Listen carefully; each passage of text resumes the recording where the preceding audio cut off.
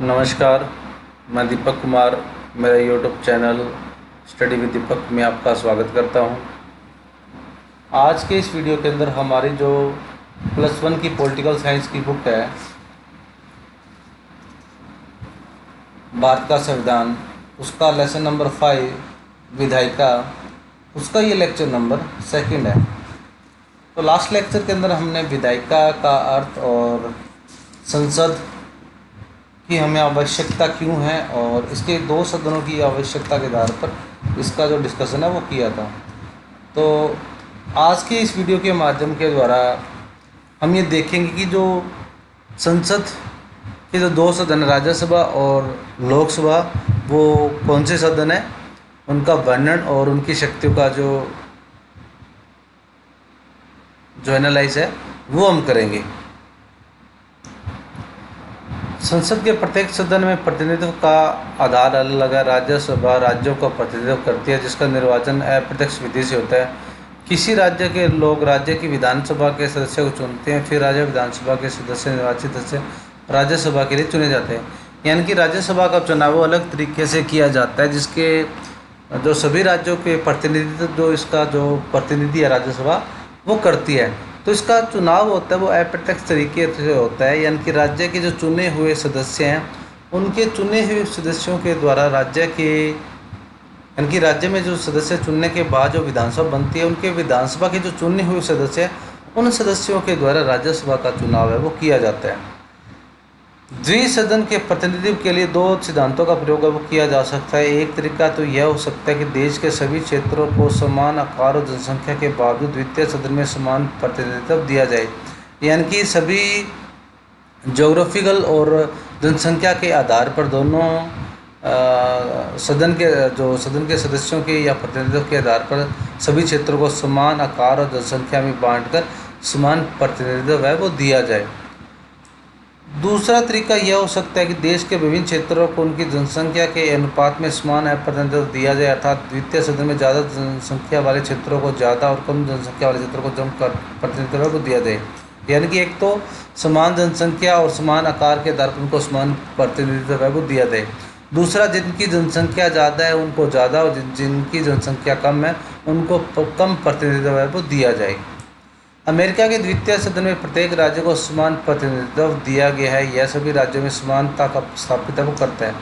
America के अंदर द्वितीय सदन के अंदर, जिसको सीनेट कहा जाता है, उसके अंदर सभी वर्गों समूह को समान प्रतिनिधित्व है वो दिया गया, जिसके अंदर हम समानता का जो अधिकार, उसकी जो स्थायित्व है वो देख सकते हैं।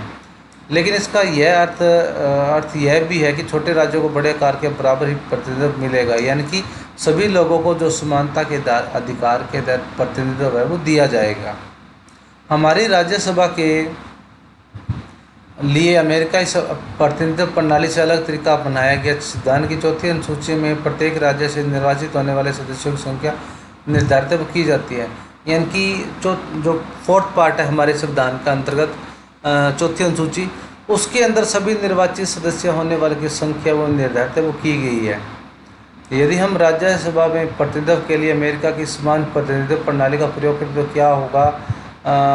1998.12 लाख जनसंख्या वाले उत्तर प्रदेश को 6.10 जनसंख्या वाले सिक्किम के बराबर ही प्रतिनिधित्व मिलेगा, यानी कि सभी को समान प्रतिनिधित्व दिया जाए। जिस तरीके से यूपी की जनसंख्या वो ज़्यादा है और सिक्किम का जो जनसंख्या है वो कम है वो मानी गई है, तो उसमें बराबर का प्रतिनिधित्व है वो मिल पाएगा। संविधान निर्माता इसी विसंगति से बचना चाहते थे। यहाँ ज़्यादा जनसंख्या वाले राज्यों को अधिक और कम जनसंख्या वाले राज्यों को कम प्रतिनिधित्व दिया गया है, यानी कि जिसका जनसंख्या प्रतिशत ज़्यादा है उसको ज़्यादा प्रतिनिधित्व देना या अधिकार देना, और जिनकी जनसंख्या कम है उसको कम प्रतिनिधित्व या अधिकार है वो दिए गए हैं। इस प्रकार ज़्यादा जनसंख्या वाले उत्तर प्रदेश को 13 तथा छोटे तथा कम जनसंख्या वाले सिक्किम को राज्यसभा की में 1 सीटें दी गई है। इसी के अंतर्गत उत्तर प्रदेश में 31 और सिक्किम को 1 सीट का निर्धारण उनकी जनसंख्या के हिसाब से दिया गया है। राज्यसभा के सदस्यों को 6 वर्ष के लिए निर्वाचित किया जाता है। उन्हें दोबारा निर्वाचित किया जा सकता है। राज्यसभा के सभी सदस्य अपना कार्यकाल एक साथ पूरा नहीं करते। प्रत्येक 2 वर्ष पर राज्यसभा के 23 सदस्य अपना कार्यकाल पूरा वो करते हैं और इस 1/3 सीटों के लिए चुनाव होते हैं। तो राज्यसभा के लिए जो 6 वर्ष है वो निर्वाचन के लिए निर्धारित वो किए गए, उनका समय काल है जो अमूमन 5 साल होते हैं, लेकिन राज्यसभा के लिए 6 वर्ष है वो अपनाया गया है।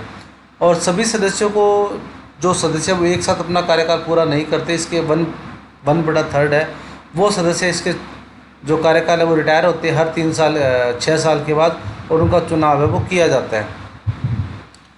इस तरह राज्यसभा कभी भी पूरी तरह से भंग नहीं होती है, इसे संसद में स्थायी सदस्य के रूप में जानते हैं। तो इसको परमानेंट सदन के रूप में जाना जाता है, वो कभी भी जो भंग है वो नहीं हो सकती, यानी कि 1/3 सदस्य ही इसके जो रिटायरमेंट या रिटायर होते हैं, उनके बाद जो बाकी दो हिस्से हैं वो कंटिन्यू अपना कार्य वो करते रहते हैं।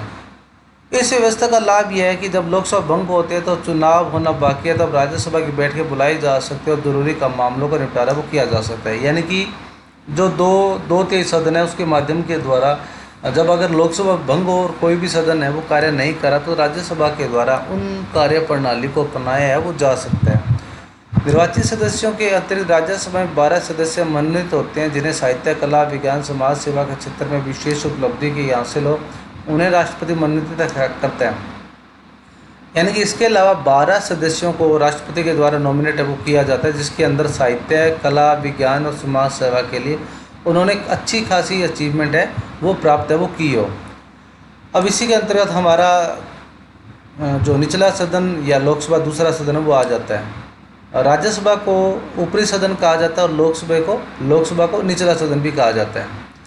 लोकसभा और राज्य की विधानसभाओं के लिए जनता सीधे सदस्यों को चुनती है, इसे प्रत्यक्ष निर्वाचन कहते हैं। लोकसभा चुनाव के लिए पूरे देश को और विधानसभा चुनाव के लिए किसी राज्य को लगभग समान जनसंख्या वाले निर्वाचन क्षेत्र में बांट दिया जाता है। प्रत्येक निर्वाचन क्षेत्र से एक प्रतिनिधित्व चुना जाता है। चुनाव सार्वभौमिक वयस्क मताधिकार के आधार पर होता है, जिसमें प्रत्येक व्यक्ति के मत का मूल्य दूसरे व्यक्ति के मत के मूल्य के बराबर होता है। इस समय लोकसभा के 543 निर्वाचन क्षेत्र है। यह संख्या 1971 की जनसंख्या से चली आ रही है। यानी कि लोकसभा करने के लिए जो प्रणाली जो लोकसभा के लिए अपनाई जाती है वो प्रत्यक्ष चुनाव प्रणाली अपनाई जाती है, जिसके अंदर जनता अपने सदस्य का चुनाव करती है। जिस तरीके से हम गांव के अंदर पंच सरपंच का चुनाव करते हैं, ठीक उसी तरीके से ही, या मुख्यमंत्री का चुनाव करते हैं, ठीक इसी तरीके से ही हम लोकसभा के अंदर इन चुनाव को देख सकते हैं। प्रत्येक चुनाव क्षेत्र को एक अलग जो चुनाव निर्वाचन या इसका सीमांकन है वो करने के बाद जो चुनाव है वो करवाया जाता है, और चुनाव है वो सार्वभौमिक वयस्क मताधिकार के आधार पर होता है। यानी कि जो व्यक्ति 18 साल या 18 वर्ष से ऊपर है वो व्यक्ति वो वोट देकर अपने पसंद के उम्मीदवार को चुनाव कर सकते हैं। और पूरे देश के अंदर इस समय लोकसभा के 543 निर्वाचन क्षेत्र बनाए गए हैं। यानी कि टोटल लोकसभा के 543 पूरे देश को डिवाइड वो किया गया है और 543 सदस्य चुने जाते हैं। और ये जो जनगणना है वो 1971 की जनगणना से चली आ रही है, तब से ही इसको डिसाइड वो किया गया 543 सदस्य संख्या भी रहेगी। लोकसभा के लिए सदस्यों को 5 वर्ष के लिए चुना जाता है, लेकिन कोई दल या दलों का संगठन गठबंधन सरकार ने विनाश किया था, प्रधानमंत्री राष्ट्रपति को लोकसभा भंग कर नए चुनाव की सलाह देता है, तो लोकसभा को 5 वर्ष से पहले भंग है वो किया जा सकता है। तो इसका टाइम पीरियड है वो 5 वर्ष के लिए होता है। 5 वर्ष के बाद इसका जो दोबारा चुनाव वो करवाया जाता है, और अगर 5 वर्ष से पहले भी चुनाव करवाया जा सकता है जब कोई सरकार है वो या गठबंधन सरकार है वो गिर जाती है। आगे संसद है वो क्या करती है, क्या क्या इसकी शक्तियाँ वो मानी जा सकती है। तो मुख्य रूप से इसमें विधायी कामकाज के द्वारा जो सदन के द्वारा मुख्य रूप से जो विधानसभा के या विधायकी जो कामकाज जो निपटाए जाते हैं, उसके अंदर संसद पूरे देश या देश के किसी भाग के लिए कानून बनाती है। कानून बनाने वाली सर्वोच्च संस्था होने के नाते संसद प्राय कानूनों को केवल स्वीकृति मात्र देने का काम है वो करती है। यानी कि जितने भी कानून बनाने के बाद उसको जो स्वीकृति दी जाती है वो विधायिका कामकाज के अंदर संसद का कार्य वो किया जाता है। विधेयकों को तैयार करने का वास्तविक काम तो किसी मंत्री के निर्देशन में नौकरशाही करती है। विधेयक का उद्देश्य और संसद में उसे प्रस्तुत करने का समय मंत्रिमंडल तय करता है। कोई भी महत्वपूर्ण विधेयक बिना मंत्रिमंडल की स्वीकृति के संसद में पेश नहीं किया जा सकता। संसद के अन्य निजी सदस्य भी कोई विधेयक प्रस्तुत कर सकते हैं, पर बिना सरकार के समर्थन के ऐसे विधेयकों का पास होना संभव है नहीं है। यानी कि जिस तरीके से कोई कानून बनाने के लिए विधेयक है वो पास है वो करवाया जाता है,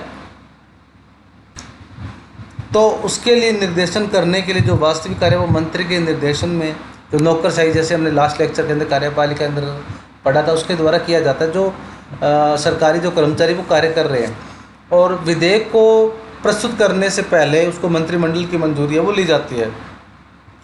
इस तरीके से बिना मंत्रिमंडल की मंजूरी के विधेयक को पेश है वो नहीं किया जा सकता। कार्यपालिका पर नियंत्रण और उसका उत्तरदायित्व सुनिश्चित करना।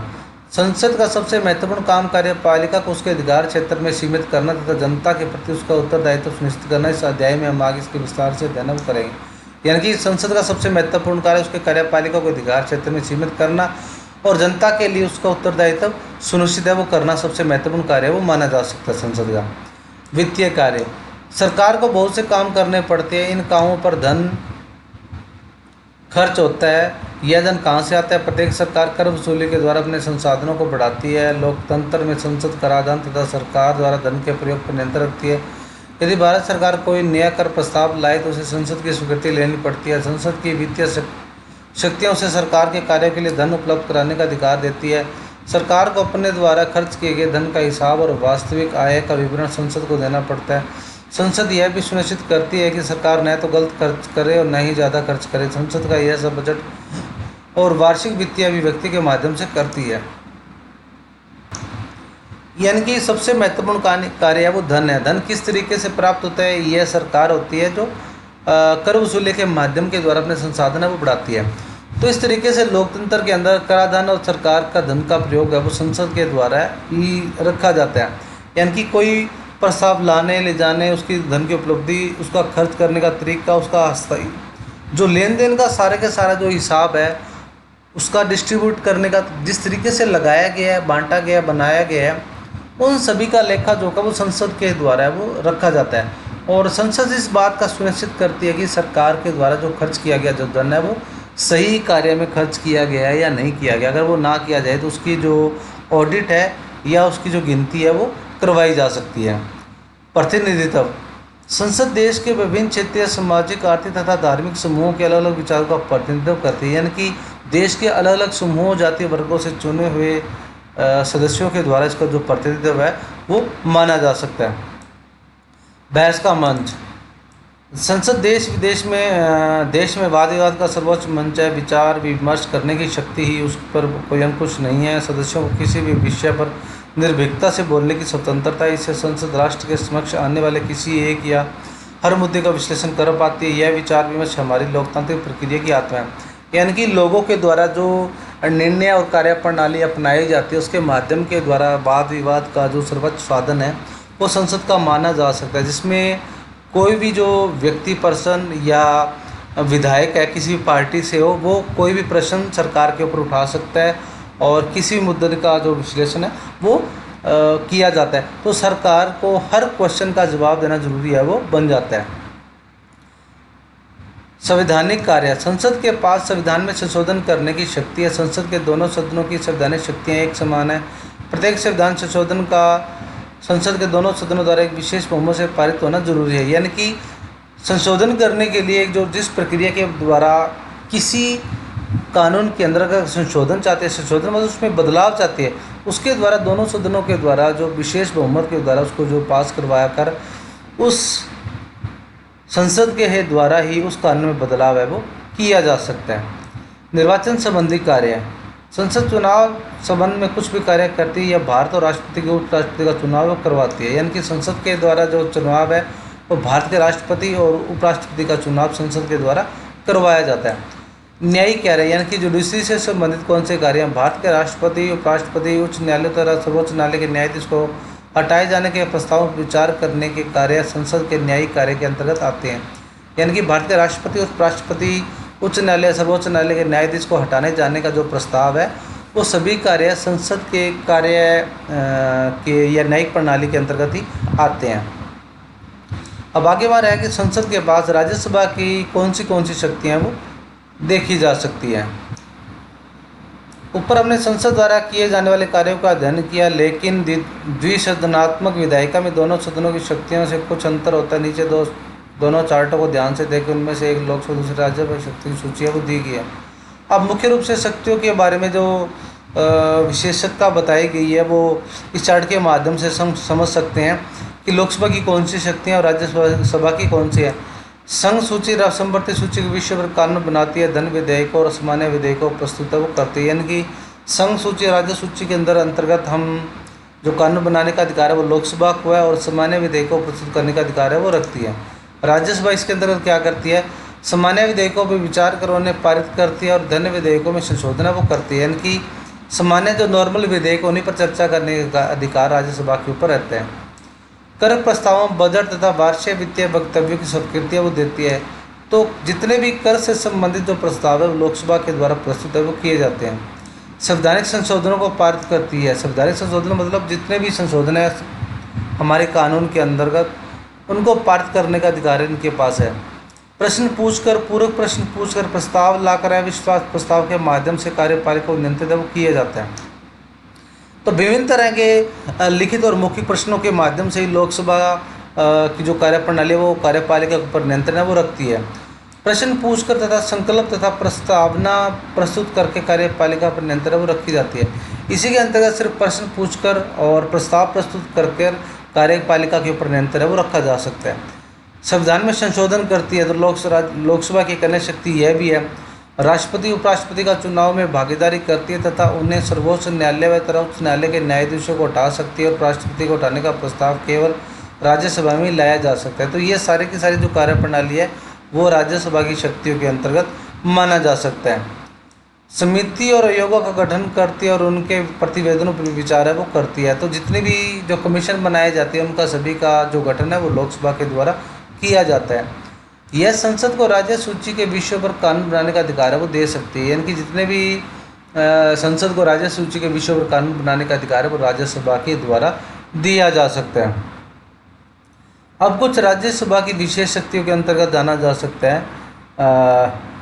क्या आप जानते हैं कि राज्यसभा अपने राज्यों का प्रतिनिधित्व करने वाली संस्था है। इसका उद्देश्य राज्य के हितों का संरक्षण करना, इसलिए राज्य के हितों को प्रभावित करने वाले प्रत्येक मुद्दा इसकी सहमति और स्वीकृति के लिए भेजा जाता है। उदाहरण के लिए यदि केंद्र सरकार राज्य सूची के किसी विषय को राष्ट्र हित में संघीय सूची या समवर्ती सूची में स्थानांतरित करना चाहती है तो उसमें राज्यसभा की स्वीकृति आवश्यक है।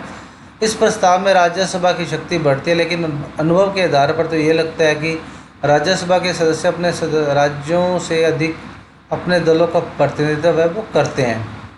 इनकी विशेष शक्तियों का अगर संरक्षण की बात या उद्देश्यों के माध्यम से देखा जा सकता है, जिसके माध्यम के द्वारा जो संस्कृति बनाने की कोशिश राज्यसभा के द्वारा की जाती है। यानी कि एक कोई भी ऐसा केंद्र सरकार का कोई विषय वो राज्य सूची के किसी विषय के अंतर्गत आता है और वो राष्ट्रीय हित के अंदर है, तो संघीय सूची और जो कोई किसी मुद्दे को हस्ताक्षर करना चाहते हैं, किसी अलग सूची में डालना चाहते हैं, उसके अंदर राज्यसभा की जो स्वीकृति लेना सबसे महत्वपूर्ण मानी जा सकते हैं। तो इस तरीके से इस प्रावधान के माध्यम के द्वारा उसकी जो राज्यसभा की जो शक्ति है वो लोकसभा के अंतर्गत देखी जा सकती है। अब आता है कि लोकसभा की कौन सी विशेष शक्तियाँ। कुछ ऐसी शक्तियाँ जिनका प्रयोग केवल लोकसभा ही कर सकते हैं, लेकिन लोकसभा में धन विधेयक प्रस्तुत किए जा सकते हैं और वही उसे संशोधित या स्वीकृति कर सकती है। मंत्रिपरिषद केवल लोकसभा के प्रति उत्तरदायी है, राज्यसभा के प्रति नहीं आते। राज्यसभा सरकार की आलोचना कर सकती है पर उसे हटाया वो नहीं सकती। तो लोकसभा की कौन सी विशेष शक्ति है जिसका मुख्य रूप से लोकसभा प्रयोग है वो करती है, जिसमें जो धन विधेयक से संबंधित प्रस्ताव है वो सिर्फ लोकसभा के अंदर प्रस्तुत है वो किए जा सकते हैं, और संशोधन करने की स्वीकृति है वो सिर्फ और सिर्फ राज्यसभा दे सकती है। और मंत्रिपरिषद होते हैं वो लोकसभा के प्रति उत्तरदायी होते हैं, राज्यसभा किसी भी तरीके से जो उत्तरदायी है वो नहीं होते। और इसी तरीके से राज्यसभा सरकार की आलोचना तो कर सकती है लेकिन उसे हटाया वो नहीं सकती। यानी कि कार्यपालिका के ऊपर पूरी तरह से जो नियंत्रण है वो लोकसभा में रहता है, राज्यसभा के अंदर नहीं। क्या आप बता सकते हैं कि ऐसा क्यों राज्यसभा को जनता नहीं बल्कि विधायिका चुनते हैं? संविधान में राज्यसभा को लोकसभा से बराबर शक्तियाँ नहीं दी है। संविधान द्वारा अपनाई गई लोकतांत्रिक व्यवस्था में जनता के पास अंतिम शक्ति होती है। इस तरह के अनुसार जनता के द्वारा प्रत्यक्ष विधि से निर्वाचित प्रतिनिधियों के पास ही सरकार को हटाने और वित्त पर नियंत्रण रखने की शक्ति है वो होनी चाहिए। यानी कि जो राज्यसभा के पास ये जो ज़्यादा शक्तियाँ दी गई, उसका मतलब ये है कि जिस तरीके से जो राज्यसभा का चुनाव है वो राज्यों की चुनी हुई सरकार के द्वारा जो चुने हुए सदस्य उसका चुनाव है वो किया जाता है, लेकिन लोकसभा के सदस्यों का चुनाव है वो जनता के द्वारा प्रत्यक्ष तरीके से किया जाता है। यानी कि जो वास्तविक शक्ति है वो जनता के हाथ में, और लोकतंत्र के अंदर यही माना गया कि जो वास्तविक शक्ति है वो लोकतंत्र को दी गई। तो इसी के द्वारा ही लोकसभा को ज़्यादा से ज़्यादा राज्यसभा से शक्तिशाली है वो बनाया गया है। इसके अंतर्गत सामान्य तथा संवैधानिक विधेयकों को पारित करने पर राष्ट्रपति तथा पर महाभियोग लगाने तथा उपराष्ट्रपति को हटाने आदि के संबंध में लोकसभा तथा राज्यसभा की शक्तियाँ वो समान है। यानी कि इसके अंतर्गत संवैधानिक संशोधनों को पारित करवाने के लिए राष्ट्रपति के ऊपर महाभियोग लगाने यानी कि उसके पद से हटाने से, और उपराष्ट्रपति को हटाने के संबंध में लोकसभा और राज्यसभा को जो शक्तियाँ दी गई वो समान अधिकार दिए गए। यानी कि लोकसभा के अंदर भी वो जितनी शक्तियाँ लोकसभा को प्राप्त उतनी शक्तियाँ वो राज्यसभा को दी गई हैं। तो ये था हमारा आज का वीडियो, आज का वीडियो लेक्चर बस इतना ही। अगर आपको मेरा ये वीडियो पसंद है तो प्लीज़ इसे लाइक करें, इसे ज़्यादा से ज़्यादा शेयर करें। अगर आपने अभी तक मेरा channel YouTube channel study with Deep को सब्सक्राइब नहीं किया तो प्लीज़ मेरा चैनल सब्सक्राइब कर लें और दिए गए बेल आइकन को क्लिक कर लें, ताकि जब भी कोई वीडियो अपलोड हो उसका नोटिफिकेशन आपको मिलता रहे। इसके साथ साथ इस मेरा वीडियो है जो ज़्यादा से ज़्यादा लाइक करें, इसे ज़्यादा से ज़्यादा सब्सक्राइब करवाएँ। तो आज के लिए बस इतना ही, मिलते हैं अगले वीडियो में एक नए लेक्चर के साथ। तब तक stay home, stay safe and be positive.